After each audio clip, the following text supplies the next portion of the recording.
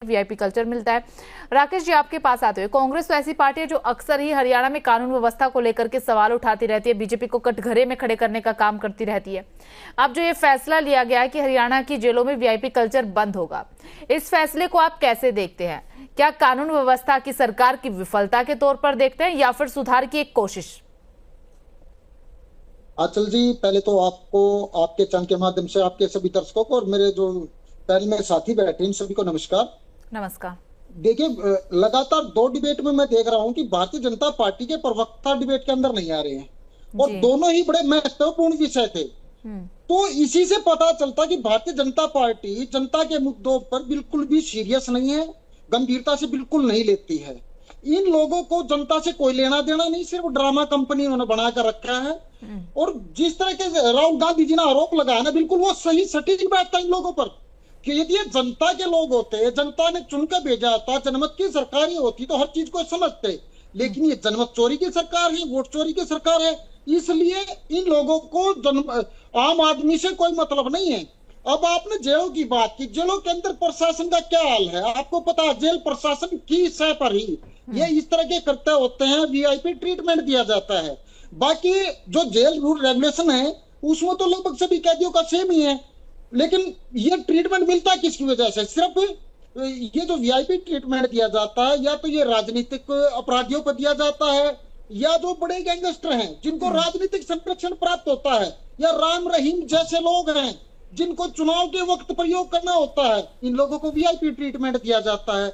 लेकिन बेशर्मी की हद तो यहां तक है कि सरकार उस चीज की बात करती है। आज जिस मुद्दे पर बात होनी थी वो उसी हम बात करते हैं।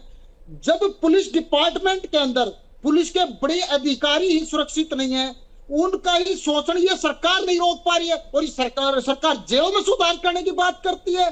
क्या जेल का जो डिपार्टमेंट है क्या वो पुलिस डिपार्टमेंट से अटैच नहीं है या वो अलग है? ये पहले अपनी आधारभूत संरचनाओं में बदलाव करें, अपना पहले सिस्टम ठीक करें।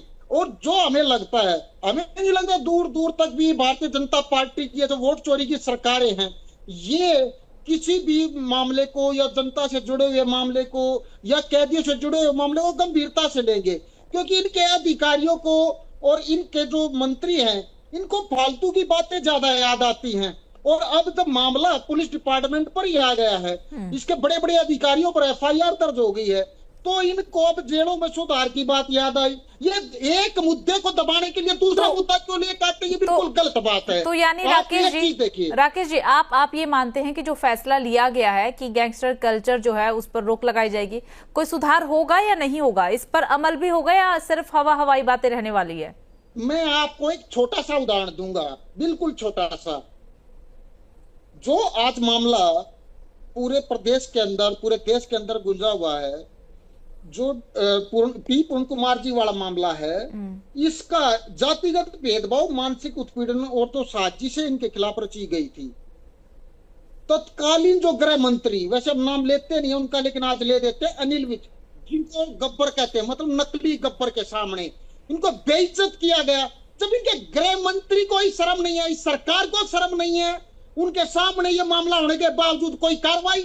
हम तो बल्कि ये चाहते हैं यदि ये मामला सत्य था तो आज ये जो एफआईआर हुई है, तो जब ये मामला गृह मंत्री के संज्ञान में था तो उस गृह मंत्री पर, उस तत्कालीन गृह मंत्री पर भी एफआईआर आज हो जानी चाहिए थी।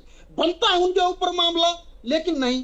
तो हम इन लोगों से कैसे उम्मीद कर लें? तो बिल्कुल उम्मीद नहीं है। गैंगस्टरों की सरकार है, खुद गैंगस्टर है। ठीक है राकेश, इसका जो पहला आतंकवाद, सुनिए पूरी बात, जो देश का पहला आतंकवादी था, उस आतंकवादी विचारधारा से बनी हुई सरकारें हैं, तो इनसे हम कहां उम्मीद कर सकते हैं कि ये देश के राष्ट्रवाद के लिए काम करेंगी, प्रदेश की जनता के लिए काम करेंगी? बिल्कुल 1% भी हम उम्मीद नहीं कर सकते जब तक ये ग्राउंड पर कुछ कर नहीं दिखाएंगे। कैसे हम इन लोगों का यकीन कर ले? चलिए ठीक है राकेश जी, समझ गए। यानी कि जब तक धरातल पर चीजें नजर नहीं आएंगी तब तक तो विश्वास करना